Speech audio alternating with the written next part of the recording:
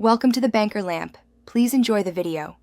In this video, I will explain how to use tags on Substack. Tags are essential for organizing your content and boosting discoverability.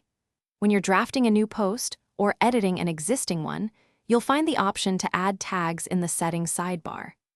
This simple step can significantly improve how readers navigate your publication and find exactly what they're looking for, making their experience much more enjoyable. To add tags, simply open your post in the editor. On the right-hand side, click on the Settings tab, scroll down a bit, and you'll see a field labeled Tags. Here, you can type in relevant keywords or phrases. Remember, you can add up to 5 tags for each post, which helps categorize your content effectively and guides readers to similar topics within your publication. For best results, choose tags that are highly relevant to your post's content. Think about what readers might search for.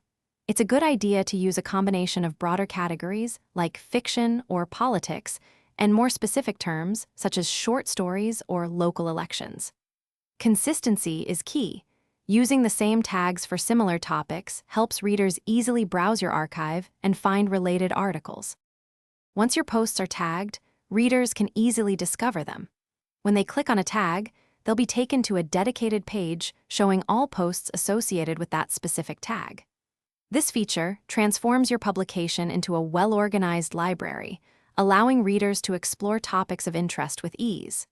It's a powerful tool for both content organization and reader engagement, making your Substack more accessible and enjoyable.